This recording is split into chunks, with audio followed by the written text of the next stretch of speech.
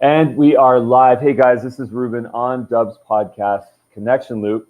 And I'm here with Olga. And Olga and I were just getting into some topics of unleashing power within, overcoming these mental blocks that we have, and ultimately being happier and living better lives. So Olga, what's going on? Tell us about yourself and what do you know that we should know? Well, I don't think so. I know anything more than other people know. It's just I'm more aware of that. That's all the Okay. difference is, because we're born with the same capability. Who I am, I'm a mindset coach and a speaker. So what I do, I'm blessed enough to help people to transform themselves, to really open up their own eyes on what they do and what they don't do in order to help themselves to have better life, greater relationships, successful businesses, just really what they should do with their mindset in order to live that life which they always dreamt about. That's all really. It's very straightforward. So with this idea of mindset, we think about, it's all in your mind, mind over matter. All these ideas that we can attain everything and anything that we want to attain. We just have to unlock something within our minds. Do you believe in that? Is that true? Speak to me about that. It's 100% working. It's like gravity. Do you believe in gravity? Yes. Yeah, right? Can you see it? No. Can you feel it? Unless you fall, as you know, right? But there is gravity, and the same here, right? And we can also talk about law of attraction. It's also here. Things are there. If we can't see them, it doesn't mean they don't exist. The minute we switch on the wall, the light bulb switches on, right? The minute you switch on the computer, it goes on. And the same literally with our mindset. The minute the right button in our mindset is pressed, at that minute, everything changes, right? And I can give you a couple of examples. For example, this morning, we discussed with my client, he's trying his best story about succeeding. And yet he's not succeeding as much as he wanted to, because his inner fear is, once I'm going to succeed, once I'm going to get to success and I will make it in my business, I'll be bored. I'll have nothing to do. And what was interesting, he also mentioned this, what was really, really fascinating to me. He asked me, Olga, what do you think about depression? And I said, well, you're not really going to like my answer, because my answer very often contradicting all other people's opinions. And I said, I don't really believe in depression, because depression is a choice. It's a choice which we make to rather put yourself in a state of, I'm not happy, I don't want to deal with my stuff in my life, I don't want to overcome those challenges, or I will choose to be happy. And he was stunned by that. And he was like, well, but I know some people are depressed. And I asked him, okay, what do they speak about? How do they behave? When you see them every time, are they jumping up and down and clapping their hands? No.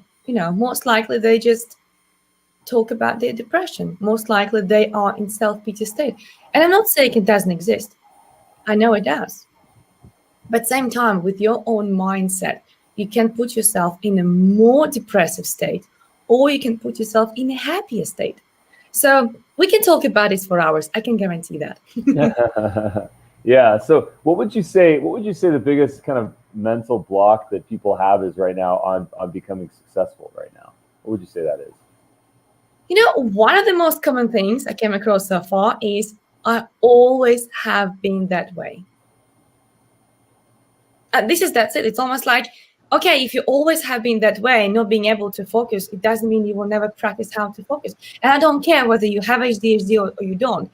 You don't have to focus for 5 hours in a row. Nobody can do that, right? But you can learn how to be better. Or I always have been that way in terms of never been hardworking, never been smart, never been something else. So what? You can change. I love this saying, you're not a tree.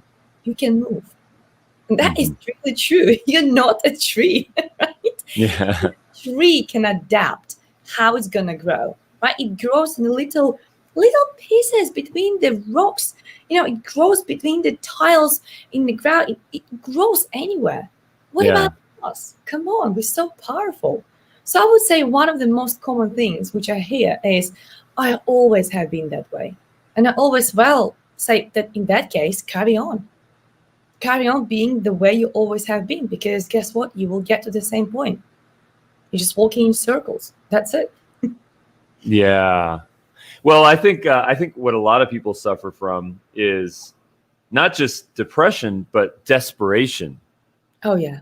Desperation is another illness. It's another terrible thing that happens to us in our lives. And what we do and the choices that we make as a result of being desperate, I don't think are ever good. I mean, sometimes, we'll put a plea out there into the universe and something will come back to us. But most times it results in things that just ultimately hurt us more and make us look bad and make us feel bad and make us less desirable.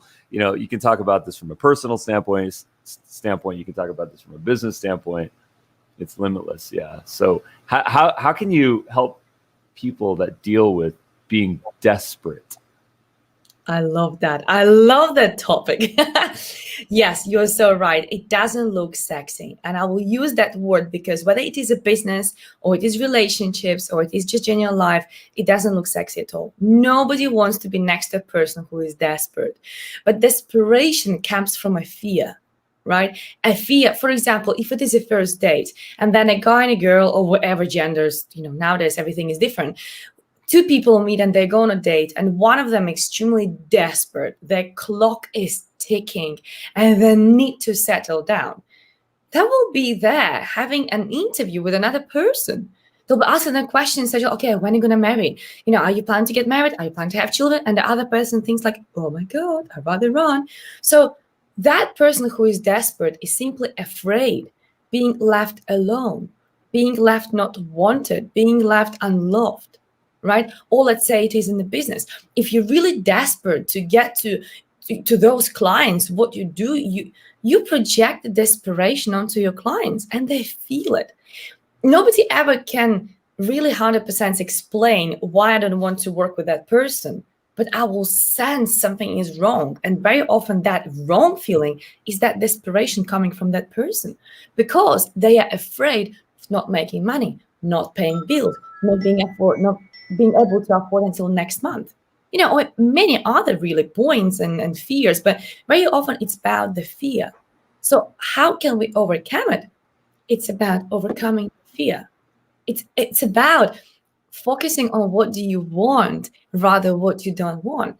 Okay, you don't want to be in a situation where you can't afford another month in your office premises, or you can't afford, not to pay your mortgage or whatever else. In that case, focus on, okay, what do I have at the moment? Okay, where from money is coming to me right now? And that's one of the powerful exercises which I do with my clients, because abundance comes to us in a different way, right? Today, just as I was working with my clients, as I work from home, one of my clients just literally was passing by and dropped flowers. And I was like, oh, these flowers, thank you. Well, that's abundance. That's abundance, right? That flowers came right to my doorstep. I'm like, oh, that's beautiful. Thank you so much, right? Or, for example, you go to cinema with your friend and they tell you, you know what, today's cinema is on me. That's abundance, right? It's coming to you. But what people do instead, they pay attention to, oh, there's another bill I need to pay. There's another thing I need to cover. And then you look at their life and you think, okay, well, what a result. Of course, you're always in debt because you pay attention. And exactly the same happens with our relationships, right? When people are desperate to be in relationships because of the fear, what they stumble across, partners who let them down, who cheat on them, who disrespect them, and all the rest of it, because they are afraid of that. But if they would instead do something different, something what I discussed with another client of mine, sorry, it has been full day of clients today. And she said, Olga, I feel a bit lonely today. Why is that? And I said, well, tell me how it feels like when it's lonely. And she says, well, I just feel like not loved. I don't feel like I have enough time with other people. I don't feel like there's much interaction with people. And I ask her a simple question. Okay, but what is your relationship like with yourself? And she says, well, I was too busy to spend time with myself. And I said, well, that's why you feel lonely.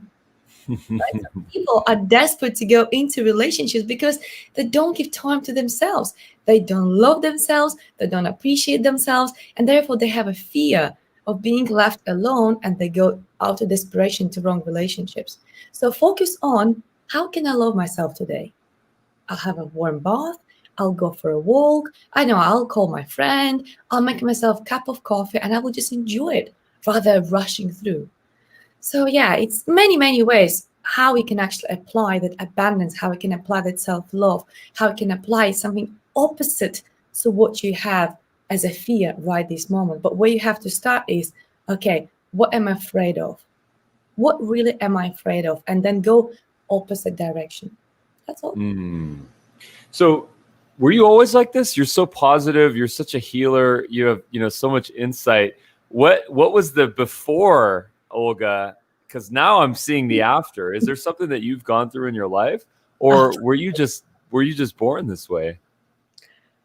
Well, I must say everybody is born with the potential being this way, right? Because if you look at children, they're always positive. They wake up and they're full of energy. They don't drag themselves out of bed. Let's be honest, right? They wake up and you think, oh, could you sleep for another hour, right? That's how much energy they have. And why they have so much energy? Because they haven't blocked themselves, okay? We humans, we think we are so super smart. We drink coffee, we get addicted to drama, either our own or other people's drama, or drama on television, maybe drama on social media, maybe drama somewhere else, right? Or we block ourselves with the wrong food, wrong drinks, wrong energy, and then we wonder why in the morning we're like, right? I can't wake up. So answering your question, no, I wasn't always like that.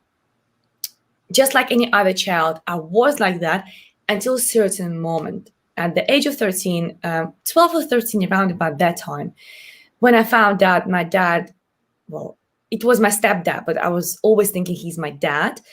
I found out he wasn't my dad. That was like my world crashed. At the same time, it was a relief because of my stepdad. He wasn't really looking at me as his stepdaughter, but more like a young woman. So that wasn't really pleasant memories. And that was more as a relief to find out, okay, thank God it wasn't my dad, kind of look at me that way.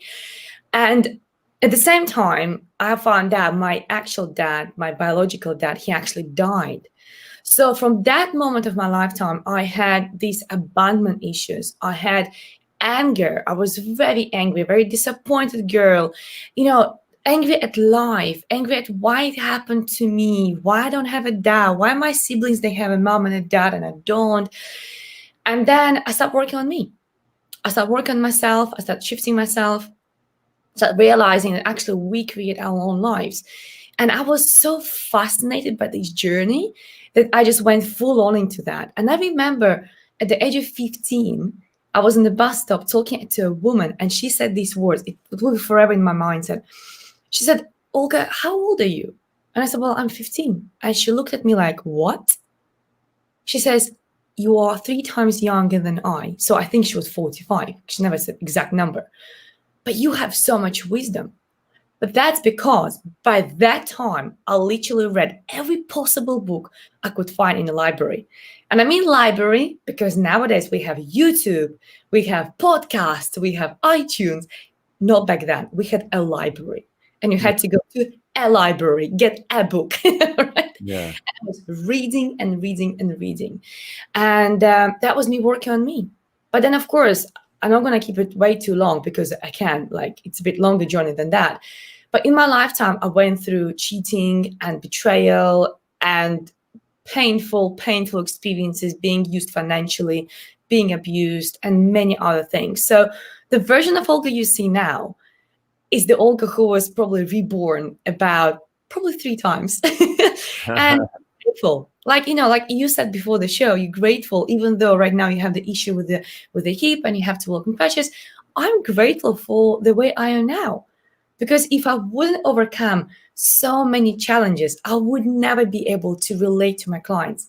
And I would be never able with 100% certainty in my voice, in my stamina, in my body say, I know how it feels.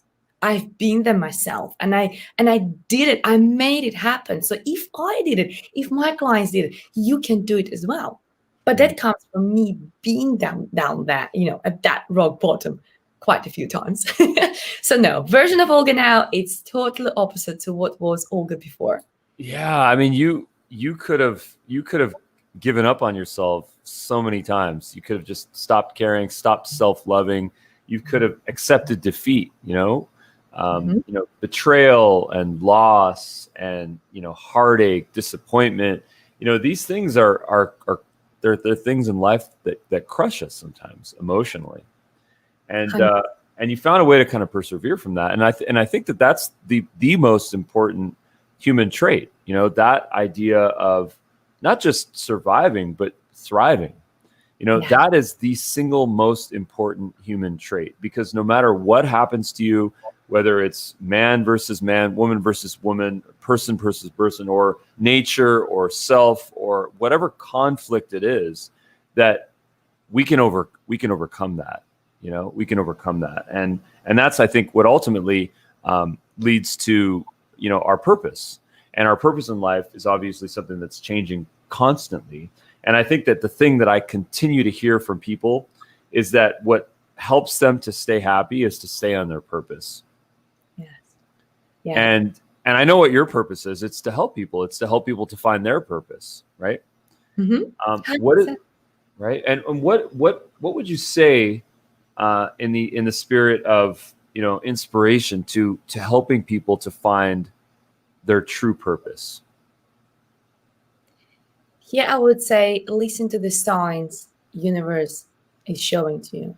Signs as such, what did you overcome? What happened in your life that made you who you are already? Okay, because it's quite remarkable how all answers are out there, right? A person who overcame some challenges now is educating others how to overcome those challenges. Somebody who made first million in 12 months is teaching others how to make 12 million in 12 months, right? All answers are already out there. I would simply say, take a pen and a paper and start writing down what exactly happened to you, right? Because you can never teach somebody something what you don't know. There are some charlatans. Okay, there are. But not really teaching. They are charlatans. Okay. But in general, you will be never able to teach something to somebody what you haven't overcome yourself. And the truth is, this is where many people actually stop themselves. It's not about you knowing everything, right? If you think about levels in life, the more you go up, the more people you can help. So don't think about the entire globe straight away.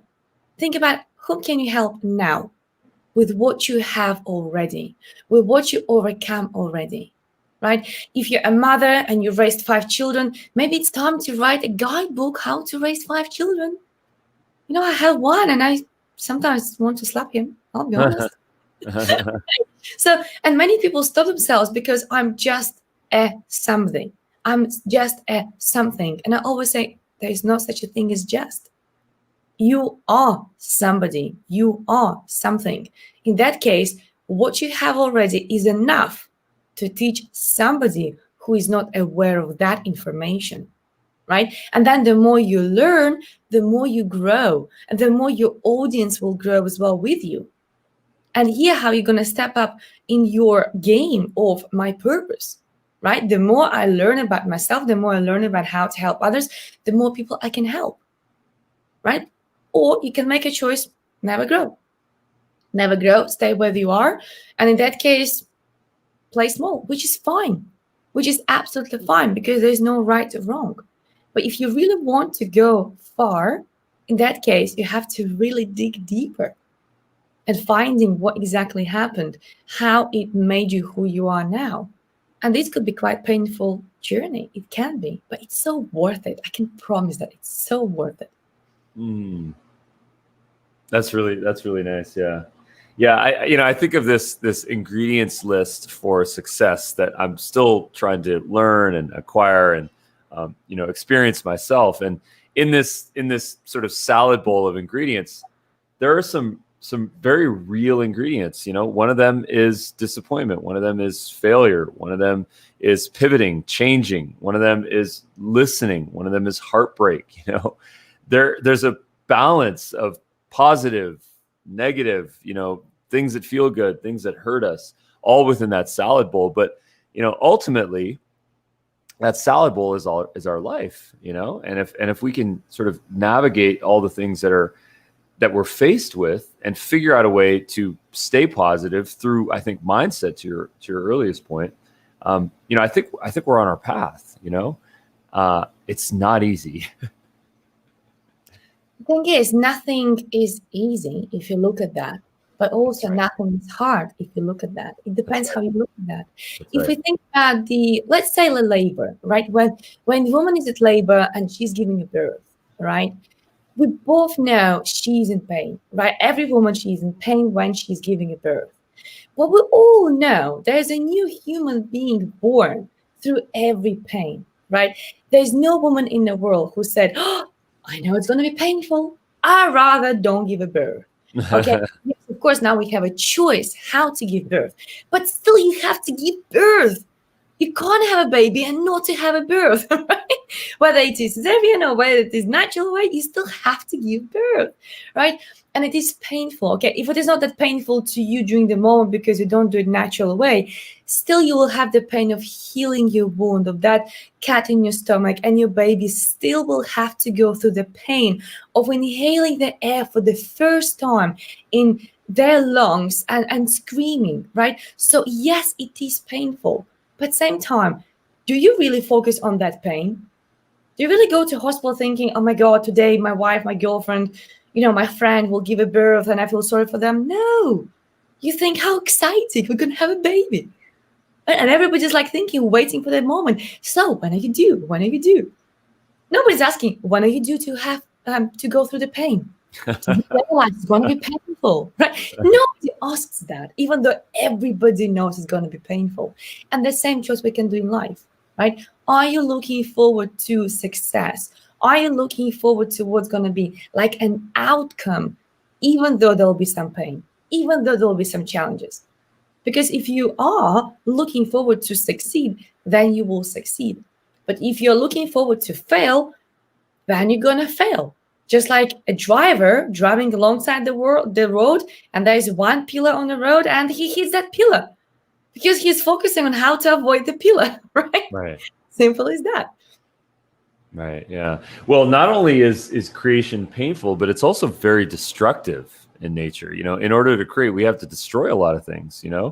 Out with the old, in with the new, and sometimes that destruction, it causes us a lot of pain because of attachment. We feel an attachment to something, whether it's, we've spent the last 5 years of our life trying to build something, and the moment comes to us and we realize that we have to move in a different direction, or if there's a home that we want to rebuild, or if there's a room that we want to change in our home,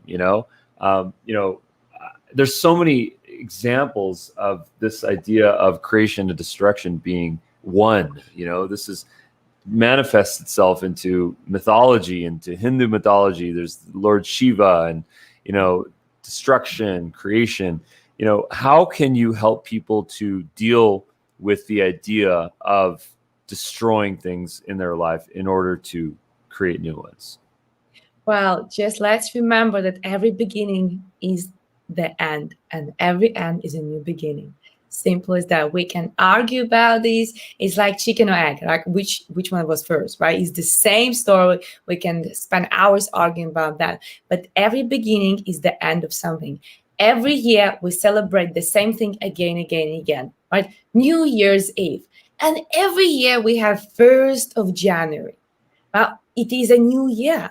So we have the old year finishing one day, literally 1 minute, 1 second before the midnight. And then we have a new day, right? We have a new year. We have sometimes a new decade. And now we have a new century, right? So every end is a new beginning. So whenever something happens, whether it is relationships, I remember one lady, bless her, she came to my office and she just she just let it go. I mean, she just was sobbing and sobbing and sobbing. And because I have counselors background as well, I'm like, okay, sometimes I'm like, okay, just take your time. Take your time, darling. Just cry it out. And eventually she said, I don't understand. My partner, he left me. We were in a perfect relationships. We've been together for 22 years and he left me. How dare he is? We had such a perfect relationships. And what was interesting, the minute we went through her perfect partner, literally we built a list, like grocery list. We built her list of perfect partner. We built that, and I said, okay, how about we actually just double check how perfect was your perfect partner? And she started laughing after point number 3 because she said, Olga, I don't understand. She says, I don't understand how we've been together for 22 years. We just started, but I already can see he was never my perfect partner. So what happened? Obviously, he left her for his own reasons. He never gave any explanations, which is fine. Sometimes you don't need explanations. But when she started working on herself, she found out what mistakes she was doing in these relationships and why she pushed him away, because she was more masculine rather feminine. So probably, perhaps, I don't know, but I only can assume, he probably fed up of being with a mate in the relationships, right? And maybe he was just seeking somebody who will be more feminine. She wasn't aware of that. But in addition to that, there were so many other issues. So what she found out, she needs a partner who is completely opposite to that guy. And guess what? 5 months later, she met somebody. Right? So her end of that 22-year-old relationships was a beautiful beginning of her, first of all, falling in love with herself. Forget the other partner. It's important she found somebody, but the most important relationships we need to build is ourselves. She did that, and as a result, she met somebody who was healthy and who was willing to commit. Even though she was already past 50, she still wanted to get married because she was never married before. So every end is the beginning. Simple as that. You mentioned something which I think is really interesting. Fall in love with yourself. Yeah. Now, we need to get into that, because falling in love with yourself, I think that so easily, which I know is not what you mean, but it so easily can be misconstrued as the ego, as arrogance. How can we fall in love with ourselves in the most healthy way? By accepting ourselves. First of all, by accepting our imperfections, by being loving to our mistakes, by being loving to the fact what we haven't done. Like early on today, we sat session with a client and she said, Olga, I haven't done anything out of the entire homework. And I was like, wait, darling, let's start with what you have done.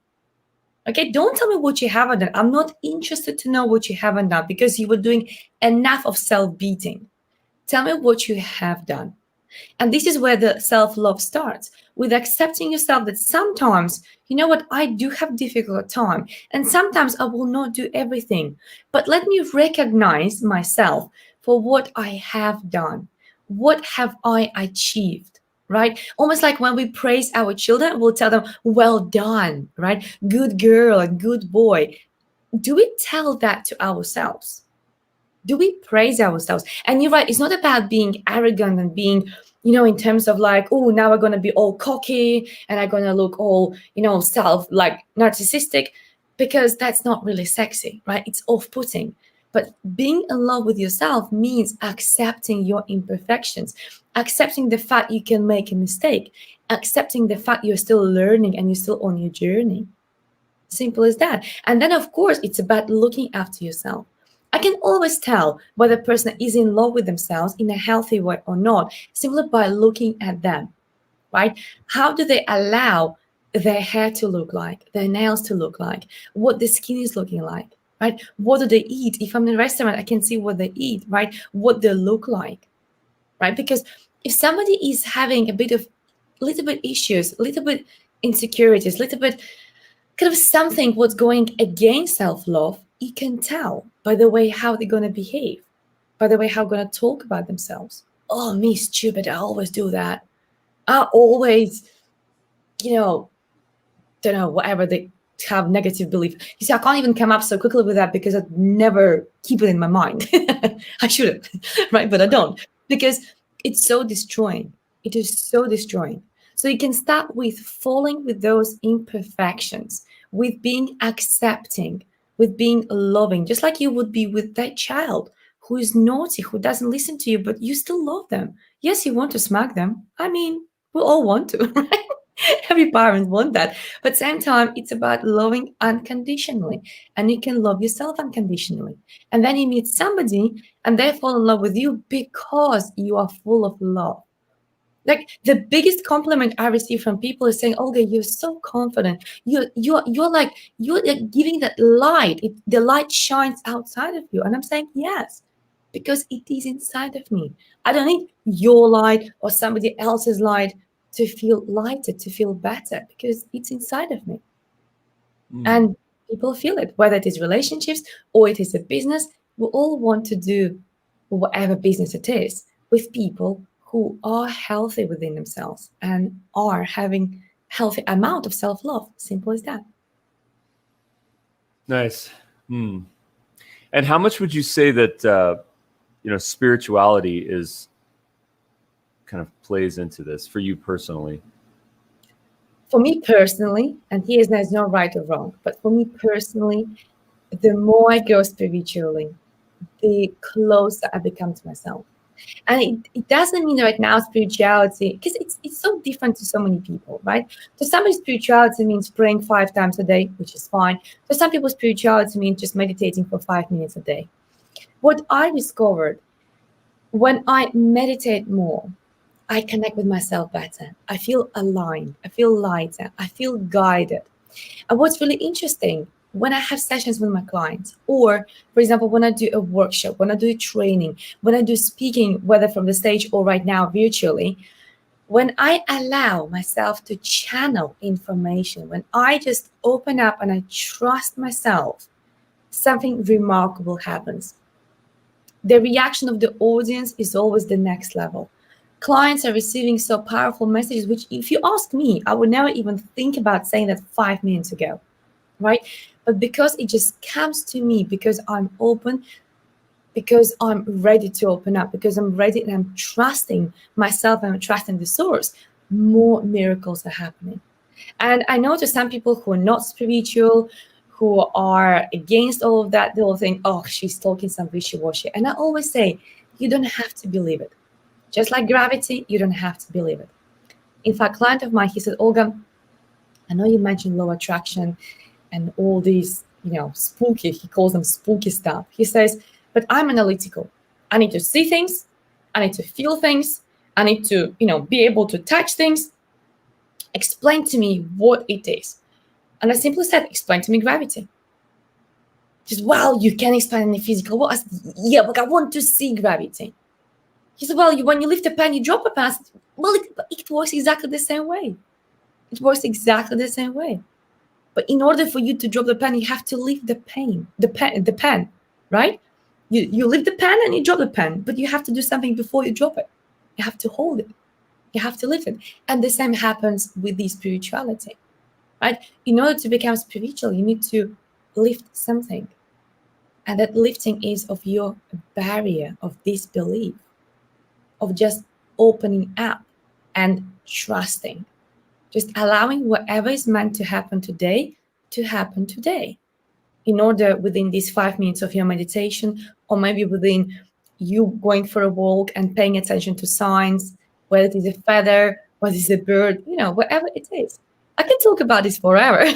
I'm not sure. I could list. I could talk about this forever as well. This is such an interesting topic. It is. Yeah, and I totally believe in that. And there were so many signs. And if you look at that, what happens in your world when you think of something? It just appears in your world really instantly, or like almost instantly.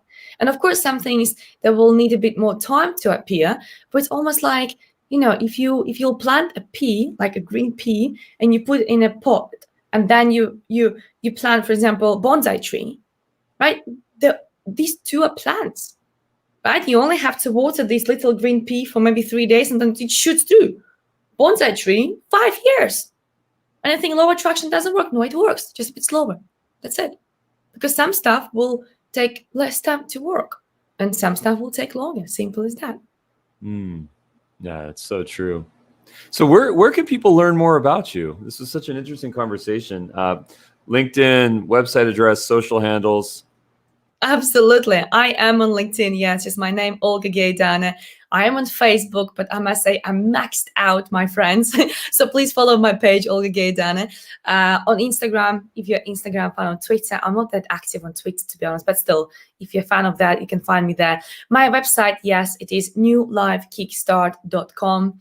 And on YouTube, I have my live show to which I invite quite a lot of really powerful people, knowledgeable people from around the world, all the way from, of course, UK to Canada, USA, Australia, and they're really influential. And some people shared some really extraordinary information. So I must say, please go to my YouTube channel because there's a lot of information and lots more videos to come. So people can subscribe, get notifications. And by the way, on LinkedIn, every morning around 10 minutes, kickstart your day with 10 minutes of inspiration at 7:30 a.m. UK time. So people can tune in, ask me questions. It's for 10 minutes, quick kickstart. So, just to energize people.